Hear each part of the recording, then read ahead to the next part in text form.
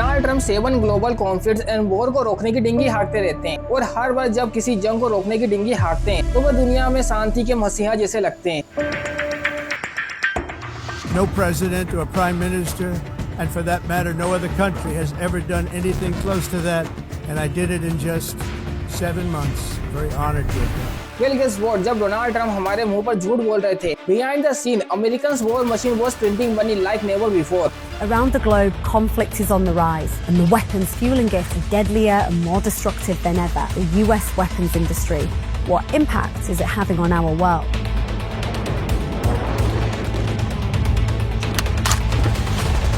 Well, they're not just making the weapons. What they're doing is they are creating a narrative with their dollars. We've ever had in history for military $1 trillion, greatest weapons, and I hate to do it because we believe in peace through.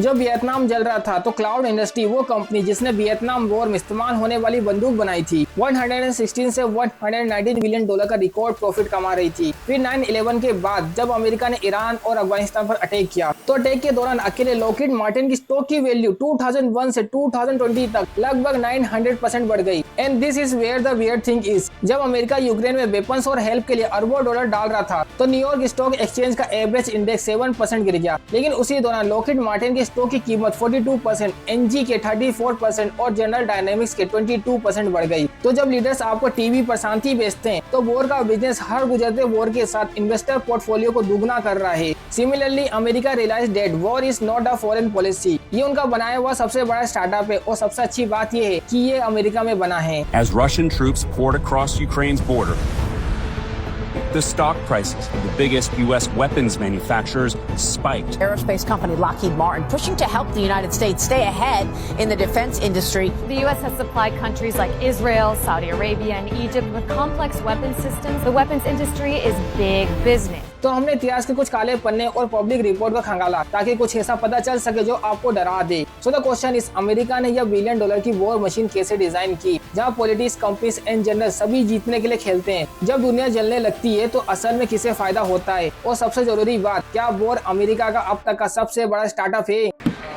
I ended 7 wars, and in all cases they were raging with countless thousands of people being killed. This includes Cambodia and Thailand, Kosovo and Serbia, the Congo and Rwanda, Pakistan and India. A vicious, violent war that was. Israel and Iran, Egypt and Ethiopia, and Armenia and Azerbaijan. It included all of them. Ich erklärte, das deutsche Volk hat nur einen Wunsch, nach seiner Person selig werden zu können. Sie sollen uns in Ruhe lassen. This story is related to the second world war. जबकि ज्यादातर लोग सोचते हैं कि जैसे Hitler ने Europe में हमला करना शुरू किया यूएस वर्ल्ड वॉर में शामिल हो गया, लेकिन हैरानी की बात यह है कि यूएस को वर्ल्ड वॉर में इंटरेस्ट था ही नहीं। उन्हें सिर्फ एक चीज में इंटरेस्ट था, ट्रेड और शिप ट्रेड। असल में यूएस अपनी आर्मी को लेकर इतना अनसीरियस था कि यूएस आर्मी साइज के मामले में पुर्तगाल से भी पीछे दुनिया में 19वें नंबर पर थी। लेकिन 7 दिसंबर 1941 को कुछ बहुत ही डरावना हुआ। It starts with an horrific surprise attack, then spreads like a tidal wave.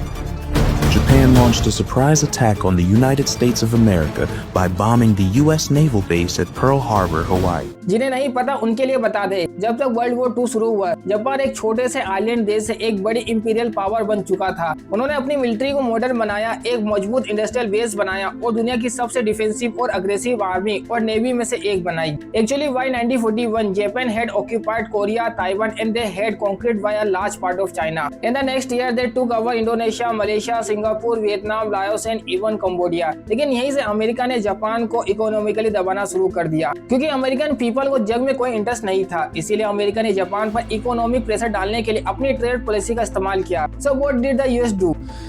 US ने जापान को मिलने वाले ऑयल को काट दिया, जिससे उनकी नेवी और एयर फोर्स कमजोर हो गई। उन्होंने अमेरिकन बैंक्स में Japanese bank account and asset freeze कर दिए, जिससे उनके फाइनेंशियल पर असर पड़ा। और इससे भी बुरा, अमेरिका ने चाइना को हथियार और सप्लाई देना शुरू कर दिया, जिससे जापानीज बस जीतने ही वाले थे। तो जापानीज इतने गुस्से में आ गए कि उन्होंने यूनाइटेड स्टेट्स ऑफ अमेरिका पर अचानक हमला करने का फैसला कर लिया और इसी वजह से उन्होंने पियर हार्बर पर हमला किया और 2400 अमेरिकन को मार डाला, जिनमें सोल्जर्स, सेलर्स और कॉमन पीपल शामिल थे। और ये जब हुआ फ्रेंड्स, जब अमेरिका ने जापान के खिलाफ वॉर की अनाउंसमेंट कर दी। The United States of America are united as never before. Geography puts upon them the greatest burden in this war with Japan. American industry now has the stimulus of war to gear it up to production on a scale unequaled by any other country. Aircraft will come from the factories in unimagined number. Tanks will flow from the production lines. And now America was committed, with its every resource, to seeing the grim war to its bitter end. Now keep in mind this was no ordinary declaration of war. America रातों रात एक सोए हुए बड़े देश से एक दहाड़ता हुआ जानवर बन गया। उन्होंने पहले कभी नहीं देखा गया प्रोडक्शन बढ़ा दिया, फैक्ट्रियां कार बनाने से टैंक और प्लेन बनाने लगी, लाखों मेंस एंड वुमेन भर्ती हो गए और पूरा अमेरिका वॉर की पुकार से भड़क उठा। लेकिन यहीं पर फ्रेंड्स, यूएस को एक बड़ी चुनौती का सामना करना पड़ा। As I said, US company had no interest in the war at all. इसीलिए पूरी अमेरिकन मिलिट्री के पास अपनी नेवी में सिर्फ 17 बैटल शिप और 7 एयरक्राफ्ट कैरियर थे। वहीं वॉर की अनाउंसमेंट के बाद भी अमेरिकन कंपनी हथियार बनाने में इन्वेस्ट करने से डर रही थी। क्यों? क्योंकि सोचिए, अगर यूएस आपको 2000 एयरक्राफ्ट बनाने का कॉन्ट्रैक्ट देती है तो आपको लाखों वर्कर्स, लाखों डॉलर के इक्विपमेंट और रॉ मटेरियल में बहुत सारा इन्वेस्टमेंट चाहिए होता। लेकिन कल अचानक अगर वो रुक जाता है तो कॉन्ट्रैक्ट कैंसिल हो सकता था, आपका इन्वेस्टमेंट बर्बाद हो जाता और आप बैंकक्रप्ट हो सकते थे। इसीलिए इस बात की कोई गारंटी नहीं थी कि वॉर में क्या हो सकता है और वॉर कब खत्म होगा। इसीलिए यूएस गवर्नमेंट ने एक जीनियस स्ट्रेटेजी लेकर आई, इसे गारंटी प्रॉफिट कॉन्ट्रैक्ट स्ट्रेटेजी कहा गया। And that's how it work. अगर एक प्लेन बनाने में आपकी फैक्ट्री को $15,000 का खर्च आता है और आपको 2000 प्लेन बनाने का कॉन्ट्रैक्ट मिलता है, तो ये डायरेक्ट कॉस्ट में $100 मिलियन का है। कॉस्ट प्लस कॉन्ट्रैक्ट के साथ गवर्नमेंट आपको आपकी सारी एक्चुअल कॉस्ट और प्रॉफिट के तौर पर एक एक्स्ट्रा फिक्स परसेंटेज देने के लिए एग्री होती है। तो अगर आपका कॉन्ट्रैक्ट 10% की प्रॉफिट की गारंटी देता है और 75 मिलियन की कॉस्ट वाले सिर्फ 1500 प्लेन बनाने के बाद बहुत जल्दी खत्म हो जाती है, तो भी गवर्नमेंट आपको पूरे 75 मिलियन देगी जो आपने खर्च किए थे, और साथ ही 10% एक्स्ट्रा प्रॉफिट यानी $7.5 मिलियन भी देगी, भले ही कॉन्ट्रैक्ट पूरा ना हुआ हो। इसका मतलब है कि आपका इन्वेस्टमेंट अब सेफ है और अगर कॉन्ट्रैक्ट छोटा हो जाता है तो आपको पैसे खोने का कोई फाइनेंशियल रिस्क नहीं है। So did you know that investing in a weapon was actually a jackpot for American companies? और यहीं से फ्रेंड्स अमेरिका की वॉर मशीन दहाड़ने लगी। फोर्ड ने अपने प्लांट को एक बॉम्बर फैक्ट्री में बदल दिया और हर घंटे 1B-24 बॉम्बर बनाने लगा। जनरल मोटर्स कार और ट्रक से टैंक, एयरक्राफ्ट, इंजन और यहाँ तक की मिलिट्री ट्रक्स बनाने लगी और बोइंग B-17 बॉम्बर बनाने वाली एक पावर हाउस बन गई। और अगर ये भी काफी नहीं था तो अमेरिका ने 2 मिलियन यानी आज के हिसाब से लगभग 13 मिलियन मैनहट्टन प्रोजेक्ट्स में लगा दिए। और जैसे जापान ने अमेरिका को चौंका दिया, वैसे ही अमेरिका ने जापान को 2 न्यूक्लियर बॉम्ब से चौंका दिया। In the summer of 1945, the Manhattan Project achieves its aim. 3, 2, 1. There can be no peace in the world until the military power of Japan is destroyed. In 1945, atomic bombs were dropped on the Japanese cities of Hiroshima and Nagasaki. इस तरह friends America ने Japan को surrender करने पर मजबूर कर दिया और हिटलर की मौत के साथ वर्ल्ड वॉर खत्म हो गया। अब जैसे ही वॉर खत्म हुआ, ज्यादातर लोगों ने सोचा कि यूएस आर्मी खत्म हो जाएगी, सोल्जर्स घर वापस चले जाएंगे और यूएस अपना डिफेंस इन्वेस्टमेंट कम कर देगा। लेकिन बदकिस्मती से अब अमेरिका के सामने एक बड़ी प्रॉब्लम थी। अमेरिका ने डिफेंस पर इतना पैसा खर्च किया कि 1945 तक उनके पास दुनिया की सबसे बड़ी नेवी, दुनिया की सबसे बड़ी एयरफोर्स थी और अकेले डिफेंस इंडस्ट्री से यूएस जीडीपी का 40% आता था। Now do you understand what 40% of GDP means? US की इकोनॉमी डिफेंस प्रोडक्शन पर इतनी डिपेंडेंट थी कि 17 मिलियन अमेरिकन यानी अमेरिका की पूरी आबादी का लगभग 13% सिर्फ वॉर के सामान के प्रोडक्शन पर डिपेंडेंट थे। So when 17 million Americans were weak fed by the machine of war, peace was not an option. This was a threat to his salary. And with such a large population dependent on defense jobs, politicians quickly realized that jobs mean war and jobs required weapons. Therefore, no elected official wanted to risk the anger of the people, which could take away their livelihood. And finally, the arm manufacturer realized that war isn't just business; it's the mother of all profit-making machine. So the longer the fight goes on, the deeper their pocket will be. असल में president white Eisenhower ने देश को military industrial complex नाम के इस ताकतवर alliance के बारे में चेतावनी दी थी। ये कॉम्प्लेक्स असल में अमेरिका में एक टाइप का सर्कल है जहाँ डिफेंस कंपनियां पॉलिटिशियंस के कैंपेन को फंड करती है और और पॉलिटिशियंस बदले में बड़े मिलिट्री बजट को मंजूरी देती है। इसीलिए पेंटागन उन कंपनियों को फायदेमंद कॉन्ट्रैक्ट वापस देता है और रिटायर्ड जनरल्स इन कंपनियों में शामिल हो जाते हैं ताकि आखिरकार अमेरिकन गवर्नमेंट पर फिर से असर डाल सके। और ये सिलसिला चलता रहता है और हर गुजरते साल के साथ और मजबूत होता जाता है। और ये बात वर्ल्ड वॉर के बाद के समय में बहुत ही साफ थी, जब कोई जंग नहीं थी और कोई साफ दुश्मन नहीं था, तो यूएस इतने सारे हथियारों का क्या करेगा? Well, the solution was surprisingly very simple. America को बस एक नया दुश्मन बनाना था। ये दुश्मन कोई और नहीं बल्कि सोवियत यूनियन था। क्यों? क्योंकि जैसे राजा दूसरे धर्म के लिए दूसरे राज्य के खिलाफ जंग छेड़ने के लिए धर्म का इस्तेमाल करते हैं, वैसे ही अमेरिका ने सोवियत यूनियन के कम्युनिस्ट का विरोध करने के लिए कैपिटलिज्म का इस्तेमाल किया। तो 1947 में अमेरिकन लीडर ने ऐलान किया कि यूएस दुनिया में कहीं भी किसी भी तरह के कम्युनिज्म का विरोध करेगा। आई रिपीट, दुनिया में कहीं भी किसी भी तरह से। और यहीं पर फ्रेंड्स, अमेरिकी प्रोपेगेंडा मशीन ने सोवियत को हर नामुमकिन तरीके से विलन के तौर पर दिखाया। Whether it was speech, newspaper, Hollywood movies, even school text book, all were used to instil fear of the Soviet in the mind of the American people. Now can you imagine friends, यहाँ democracy की एक बड़ी कमजोरी दिखती है। Think about it. Democracy लोगों की सहायता पर निर्भर करती है, जो सही चुनने के लिए आजादी देता है। लेकिन प्रॉब्लम यह है कि उस सहायता को असल में प्रोपेगेंडा से बनाया जा सकता है। इन दिस केस कम्युनिस्ट को हर नामुमकिन तरीके से बुरा दिखाया गया था। इसलिए अमेरिकी लोगों ने सिर्फ उन नेताओं को वोट दिया जो कम्युनिस्ट के खिलाफ वॉर का सपोर्ट करते थे। और इसी सहायता से अमेरिका ने कुछ बहुत ही भयानक किया। इसका एक क्लासिक एग्जांपल वियतनाम वॉर था।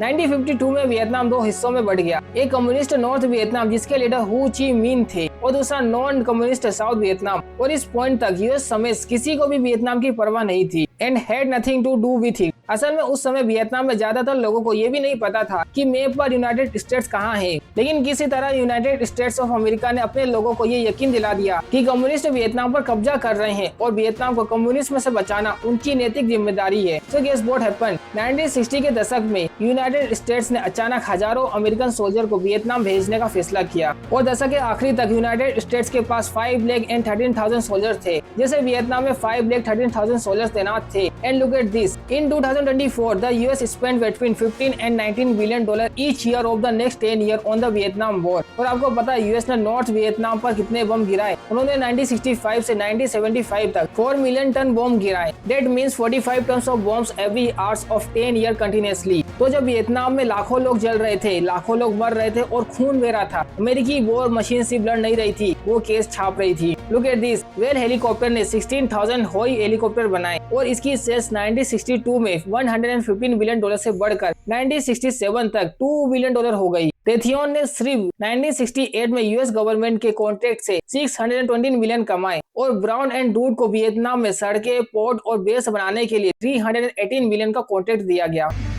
So if you think about this model, for politicians it was a war that got them votes. For soldiers it was a nightmare. But for American companies, Vietnam was a gold mine. And even more tragically, the US also bombed Cambodia, which had nothing to do with the Vietnam War. And do you know why they bombed Cambodia? क्योंकि north Vietnam soldiers ने शिपने और logistics के लिए Cambodia की जमीन का इस्तेमाल किया। 19 years, 5 months and 29 days बाद भी अमेरिकी सेना साउथ वियतनाम को प्रोटेक्ट नहीं कर सकी। आखिरकार उन्होंने साउथ वियतनाम छोड़ दिया और नॉर्थ वियतनाम सोल्जर्स ने देश पर कब्जा कर लिया।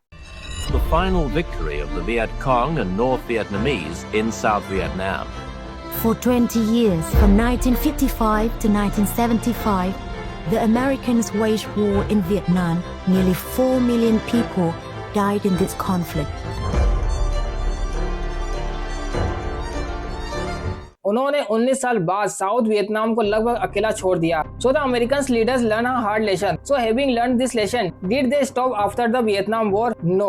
फिर उन्होंने 1990 और 1991 में इराक और ईरान के बीच खड़ी वॉर को फंड किया। और सबसे मजेदार बात ये तस्वीर है। इस तस्वीर में डोनाल्ड ट्रम्प फेल्ड 1974 में सद्दाम हुसैन के साथ मिल रहे हैं। वही आदमी 2003 में उस प्रोसेस को भी लीड कर रहा था जिसमें सद्दाम हुसैन को फांसी दी जा रही थी। Do you know why? क्योंकि यूएस ने सबसे पहले सद्दाम हुसैन को फंड किया था, जिससे वह इराक का रूलर बन गया। और जब वो बहुत ताकतवर हो गया तो उसने कुवैत पर हमला कर दिया। तो अचानक यूएस को एहसास हुआ कि यह एक बहुत ही बुरा आइडिया था। तो उन्होंने फिर कुवैत पर हमला किया और सद्दाम हुसैन को टेररिस्ट कहकर फांसी पर चढ़ा दिया। सो यस, इन लोगों ने पहले सद्दाम हुसैन को फंड किया, जिसने लोगों को फिर मारा, और फिर उन्हीं लोगों ने सद्दाम हुसैन को टेररिस्ट कहकर और उसे फांसी पर लटका दिया। और इस गलती की कीमत लगभग 16 बिलियन डॉलर थी। और जब 1991 में सोवियत यूनियन के टूटने के बाद कोल्ड वॉर खत्म हुआ तो अमेरिका को फिर से एक और दुश्मन मिल गया और इस बार 2001 के हमले के बाद ये अफगानिस्तान था। Now we all know what happened here. US ने ओसामा बिन लादेन को मारने के लिए अफगानिस्तान पर कब्जा कर लिया। फिर उन्होंने लगभग 10 इयर्स तक उसके साथ लुका छुपी खेली और फिर उन्हें एहसास हुआ कि भाई पाकिस्तान में छिपा है तो उन्होंने उसे मार डाला और उसके बाद भी उन्होंने अफगानिस्तान के पहाड़ों में 10 इयर्स बिताने का फैसला किया। और उन्होंने क्या किया? खैर उन्होंने कहा कि वे अफगानिस्तान को डेवलप और स्टेबल करना चाहते थे, लेकिन 21 ईयर के कब्जे के बाद भी यूएस कुछ खास नहीं कर सका और आखिरकार उन्होंने अफगानिस्तान को गरीबी निराशा में छोड़ दिया। और एक बड़ा क्वेश्चन मार्क ये था कि ओसामा बिन लादेन के मरने के बाद भी